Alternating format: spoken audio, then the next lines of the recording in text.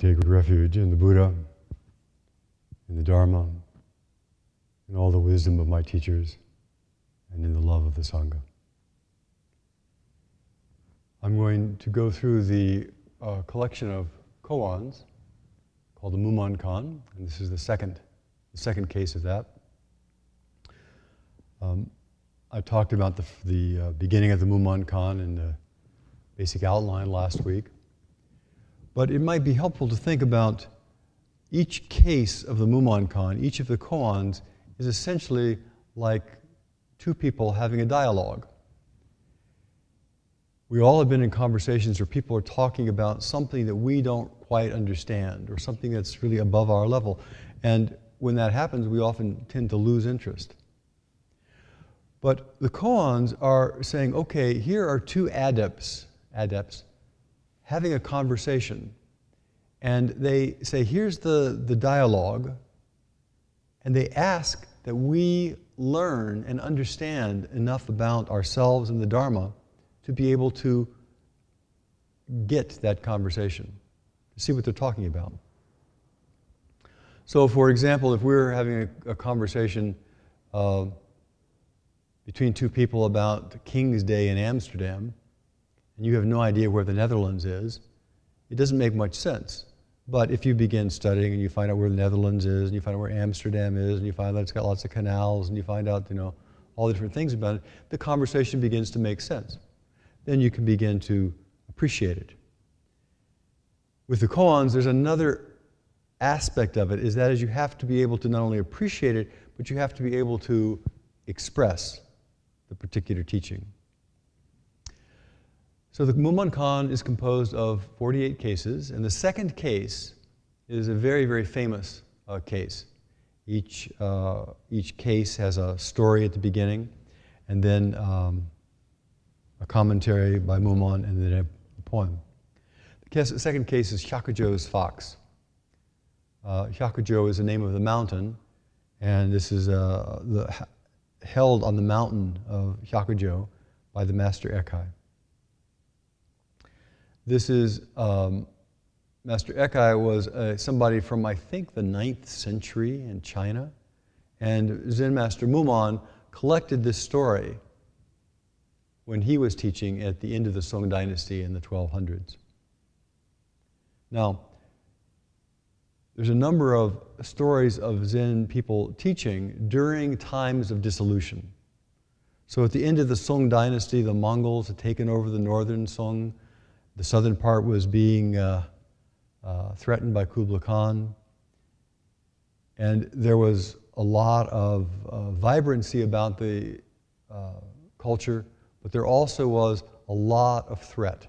And eventually, the Mongols overtook the southern dynasty just after Master Mumon. So he was teaching as the empire was falling apart. And so all these teachings are relevant to our times. They're relevant to us. And so whether civilizations are rising or falling, whether things are easy or hard, these koans are talking about something that is inclusive, that is stable, that is clear. They're always talking about the undisturbed, bright, clear mind. So this koan is about that too.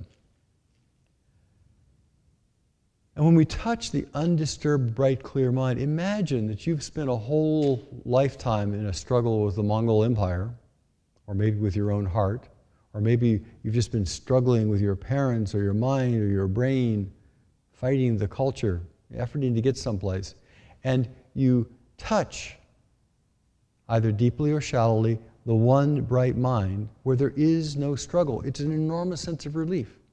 There is no war and peace. It's beyond, the temporary condition of peace and the temporary condition of war.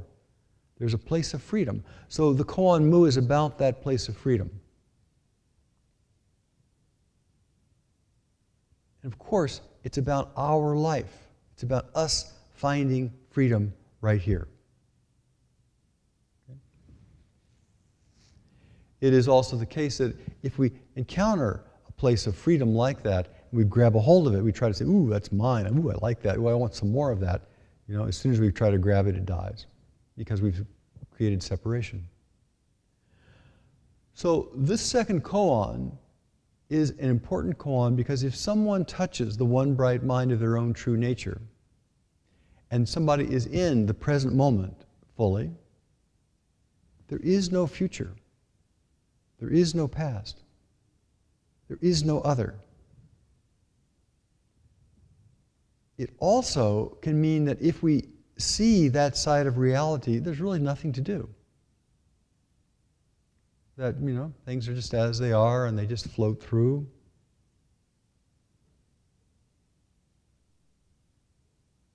This koan tries to help correct that state of mind that everything is one, everything is in this moment, and nothing matters.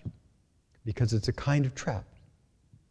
So each koan is trying to help unlock a particular fixed idea that we have. So here's the koan that we're going to work on this evening. I'll read the whole case, although we're not going to work on the whole case. But it's cool. Hyakujo and a fox. The koan. Whenever Master Hyakujo gave a teisho, a dharma talk, on Zen, an old man sat with the monks to listen, and he always withdrew when they did. One day, however, he remained behind, and the master asked, "Who are you standing here before me?" The old man replied, "I'm not a human being. In the past, in the time of Kasho Buddha, one of the previous 7 Buddhas, I was the head of this monastery. Once a monk asked me, does an enlightened person also fall into causation or not?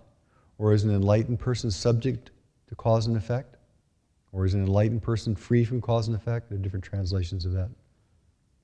I replied, "They do not. Because of this answer, I was made to live a life as a fox for 500 lives. Now I beg you, please say a turning word on my behalf and release me from the fox body." The old man then said to Hyakujo, "Does an enlightened person fall into causation or not?" The master said, "He does not ignore causation." Does not ignore, does not put aside. Several different translations of that line. Hearing this, the old man was at once enlightened. Making a bow to Hyakujo, he said, "I have now been released from the fox body, which will be found behind the mountain. I dare to make a request of the master. Please bury it as you would a deceased monk." Okay, that's the first part of the koan. And it goes on. Now, this koan is not about some superficial story out of old China. This koan is about non-duality. It's about non-separation. So in the non-dual, all the parts of this koan are us. There is no other. The old man, the young man, Hyakujo, the fox, it's all parts of our own being. It's all our own nature expressed in different ways. The name Hyakujo means 100-foot mountain, something like that. And the traditional thing is that people who were head of the monastery on that mountain were called Master Hyakujo. So the old man who's talking to the current master is also called Hyakujo. So really this is talking about these young parts of us, these old parts of us. They're all our name. Hyakujo, young person who made a mistake, Hyakujo the old person, Hyakujo the master, Hyakujo the fox. This particular koan asks us to sidestep all of this story and get the gist of it, get the grist, get the essence of it. And the essence of it, it's about my life, your life, our life. So, if we look at the koan, we think, here's this guy. The old man said, I was once a head of this monastery. My name is Hyakujo too. I was a young guy. And I did something stupid. Made an error. Now, how many of us have done that? How many of us have done stupid things when we were young? Ignorant things. So, and of course, the obvious answer is every single person here. So what is it that we were ignorant of that enabled us to fall into the error, as it were? What is it that young people don't understand? What is it that spiritual practitioners don't understand that results in us doing stupid things? It may be that cause and effect is not relevant. It may be that a young person doesn't understand cause and effect. It may be that, oh, it doesn't really apply to me, I'm somehow special. It may be that we've touched the timeless, and in the timeless there is no cause and effect because there is no future. There's no tomorrow, there's only this moment. So practically speaking, what do? We buy things on credit. Oh yeah, I'll pay that later. We ignore the true causation, and eventually we come back and we got this big debt that came out of our own ignorance. Or people end up pregnant, or they end up with STDs, they end up being addicted. They indulge in something in the present moment that they think, oh, the effects of this aren't going to really matter to me. I'll handle them when the time comes. Oh yes, I'll just pay off that loan. Oh yes, I won't get pregnant. Oh yes, whatever the case may be. We've all done stupid things. So the koan here is, how do we free ourselves? It's late, this old guy says, I maybe gave a wrong answer, I told somebody something that was untrue, or something that was missed the mark. And because of that, I have all this stuff I've got to deal with. I've got these karmic effects, results. But we have the same thing. So the question in this koan is, how do we free ourselves from our own errors? How do we free ourselves from our own ignorance? And that's what the koan is asking over and over again. How do you free yourself? So of course, isn't that what we're all looking for? We're all looking for liberation. We're all looking for freedom. Freedom from what? Freedom from our own tight, small, gnarly minds. Freedom from the circumstances that we found ourselves in. Hyakujo, Master Ekai, this particular version of Hyakujo, was a very famous person. He, in the 900s, he's the person who first formalized monastic rules.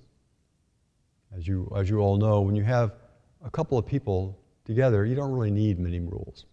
You get 4 or 5, just a few casual things. You get a few hundred, and the more people you get together, the more rules you need in order for them to live together in some kind of harmony.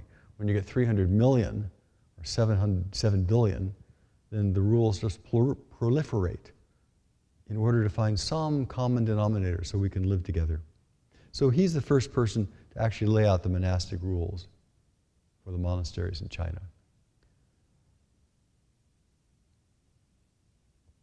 He also, when he was old, kind of a little bit reminds me of Chosen.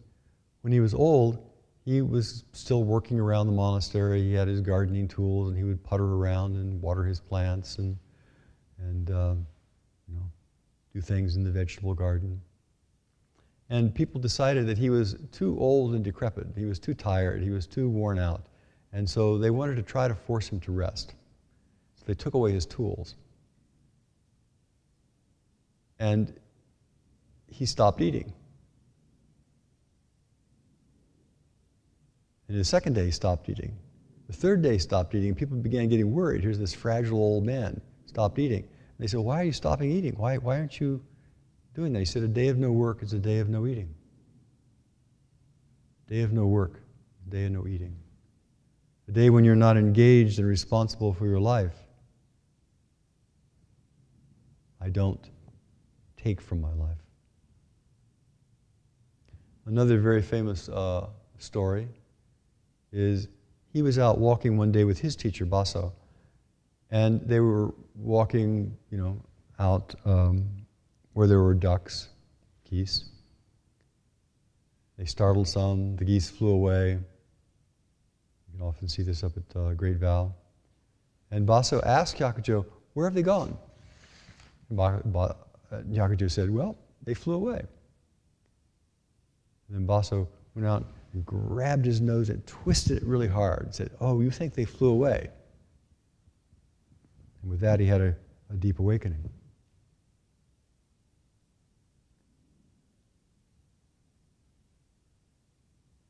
In a way, you could say that particular awakening was his crusted version of his mind. The crusty ideas he had about self and other were just broken as his nose was broken. Because everything is right here. Where do the geese go? How do you free a goose from a bottle? It has to do with the nature of our own mind. So, this Mumon has a little commentary on that. Not falling into causation. Why was he turned into a fox? Not ignoring causation. Why was he released from the fox body? If you have an eye to see through this, then you will know that the former head of the monastery enjoyed his 500 happy, blessed lives as a fox. If you have the eye to see through this, falling into, not falling into, if you have the eye to see through this, you will see where he's liberated. If we have the eye to see through all of our struggle, right there is a place of liberation. Mumon's poem, not falling, not ignoring. Odd and even are on one die, or two faces on one die. Two faces on one side of half a dice. Not ignoring, not falling. Hundreds and thousands of regrets.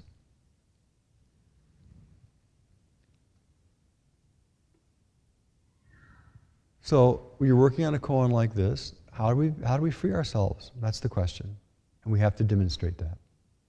We have to vividly show it. It's not just a matter of, okay, I'll write it down in a book, and I'll read it in the book. And because I read it in the book, I am now liberated from my own challenges. So take a debt. Say we got a lot of debt. What do we have to do to free ourselves from a lot of debt?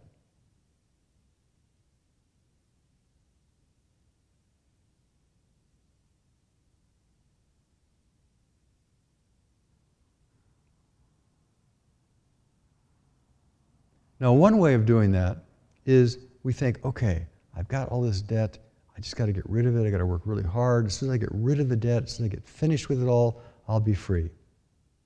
And then I'll go out and buy something else, and I'll get deeply in debt again, and then I'll go out and work on that, and I'll spend my whole life in the rat race.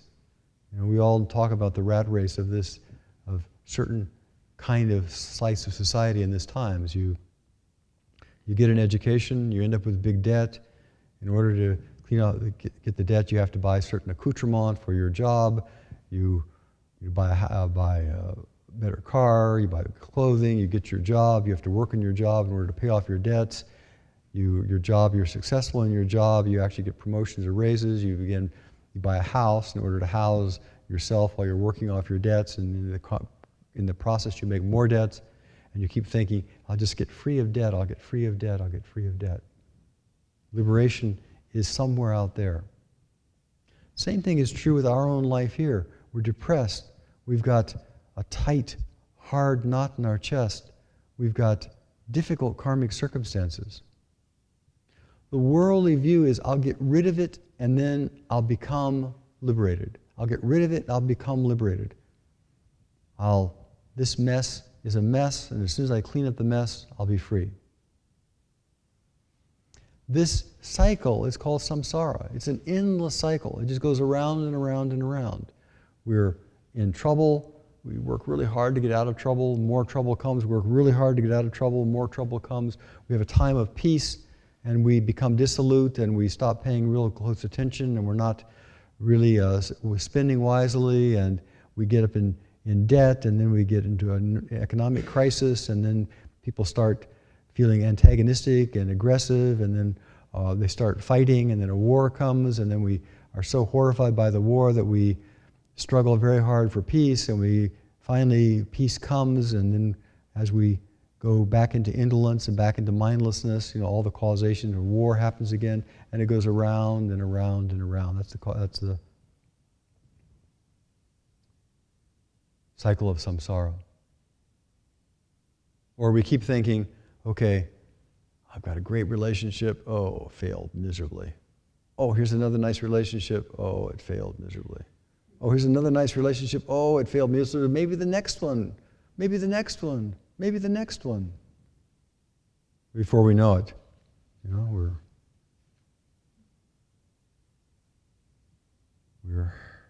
disappointed and bereft. This koan is about the true freedom to stand right in the midst of one's life, to sit right in the midst of the storm, to be completely present with the difficulties of our life. It's not about, I will be free when I pay off my debt, but in paying off the debt itself, there is freedom. In facing the consequences of our life, there is freedom. In engaging directly and wholeheartedly and completely, without there being something else, without there being the grass is greener, without there being a better house, monastery, place, to be completely engaged right there in this moment with our life, to sit right in the middle of the storm. There is no other life. Right there is a place of freedom. Anyone who's done any 12-step work, the very first step is you have to say, okay, there's a storm going on. I'm right here in the middle of the storm. You can begin to do some work. Ryokan said something like, if sickness comes, that's okay. If disaster comes, that's okay. If catastrophe comes, that too is okay. So this koan has to be answered in the midst of pain, in the midst of difficulty, in the midst of the very challenges that we have. We have to find liberation right there. One of the criterion, I think, for liberation is people who go through really hard times and they think, that's okay. You've got back pain, that's okay. You've got medical situations, that's okay. Dano is a great example at the monastery. Dano has got COPD, and he goes around the monastery with his oxygen tank, and he can hardly breathe sometimes. And he just starts laughing and say, oh yeah, everything's okay. The ability to find freedom, because our mind is in the present moment, because our mind is seeing through confusion, because our mind is crystal clear, right in the midst of our difficulties, is what this koan is about. So we do zazen, we learn how to sit in our own skin, we learn how to sit in the present moment, we learn how to be in the middle of this dreamlike reality. And right there, freedom is found. So the expression of that, one expression of that, is the chant that we often do, which we'll do right now, called liberation of all obstructions. And when we can embody this chant, liberation from all obstructions. When there's heat, I choose heat. When there's cold, I choose cold. When it's time to give, I choose to give. When it's time to live, I choose to live. When it's time to have joy, I choose to have joy. I choose to be completely with what is when it is right now. This life is as real as a dream. The one who knows it cannot be found. And truth is not a thing. And therefore, I choose this Dharma entrance gate.